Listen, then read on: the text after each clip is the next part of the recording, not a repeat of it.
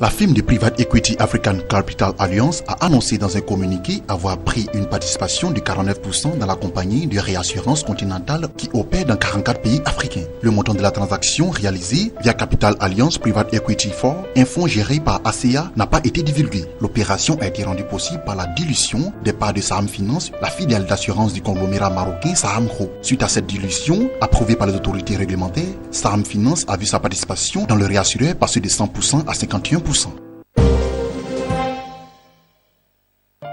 Au Kenya, l'Union européenne installe actuellement une unité de transformation des bananes d'une valeur de 100 millions de shillings. L'infrastructure dont l'implantation s'inscrit dans le cadre du plan de développement intégré du comté de Taita Taveta améliorera les débouchés pour la production locale et créera des emplois. Selon Evans Mbinga, qui est en charge du département de l'agriculture du comté, cette usine pourra réaliser un chiffre d'affaires de 1 milliard de shillings chaque année quand elle tournera à plein régime. Le comté qui fournit quotidiennement 55 tonnes de bananes qui sont transportées vers Mombasa peut allouer jusqu'à 1000 hectares à la culture afin d'approvisionner l'usine.